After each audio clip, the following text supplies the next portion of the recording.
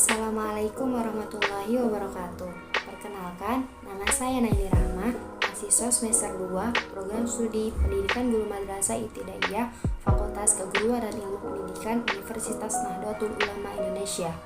Di sini, saya akan sedikit mempresentasikan untuk tugas ujian akhir semester mata kuliah Sejarah Pendidikan Islam yang berjudul Sejarah Pendidikan Islam pada Masa Dinasti Umayyah.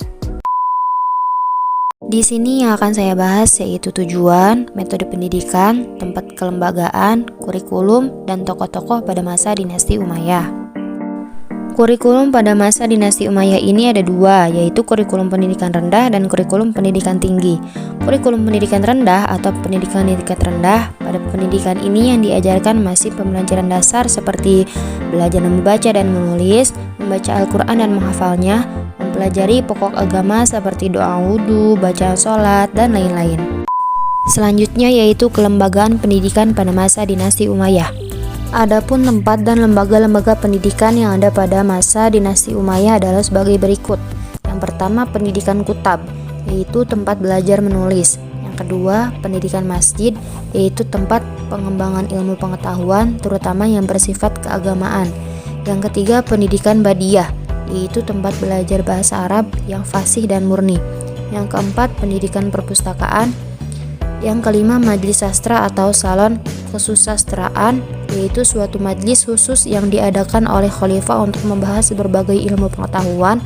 Yang keenam, bamaristan, yaitu rumah sakit tempat berobat dan merawat orang serta tempat studi kedokteran. Yang ketujuh, madrasah Mekah. Yang kedelapan, madrasah Madinah. Yang ke-9, madrasah Basroh. Yang ke-10, madrasah Kufah. Yang ke-11, madrasah Damsyik. Dan yang terakhir yaitu madrasah Fistat. Metode pendidikan Islam pada masa dinasti Umayyah. Pendidikan Islam di masa dinasti Umayyah masih didemonstrasi oleh metode Bayani, terutama selama abad 1 Hijriyah.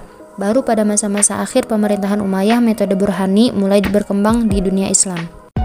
Tujuan pendidikan pada masa dinasti Umayyah. Syamsul Nizar mengatakan secara ideal dan global, tujuan pendidikan Islam yang berkembang kala itu masih relatif seragam, yaitu bertujuan sebagai wujud pengabdian baik secara vertikal kepada Allah Subhanahu wa taala maupun secara horizontal kepada manusia dan alam. Adapun secara khusus tujuan pendidikan di masa itu tergantung jenjang pendidikan yang ditempuh, yaitu yang pertama, jenjang kutab.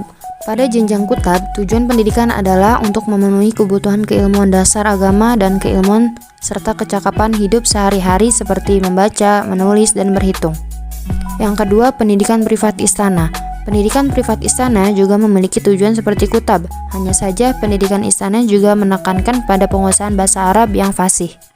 Yang ketiga, jenjang halakoh. Pada jenjang halakoh, karena kebanyakan yang diajarkan adalah ilmu-ilmu syar'i, maka pendidikan bertujuan untuk mendalami masalah-masalah agama yang bersifat praktis bagi kehidupan sehari-hari.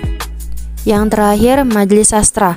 Pada bentuk majelis sastra, pendidikan secara umum bertujuan untuk mendalami masalah-masalah di bidang sastra dan sejarah, di samping untuk mengevaluasi wacana-wacana keagamaan yang tumbuh dan berkembang di masyarakat.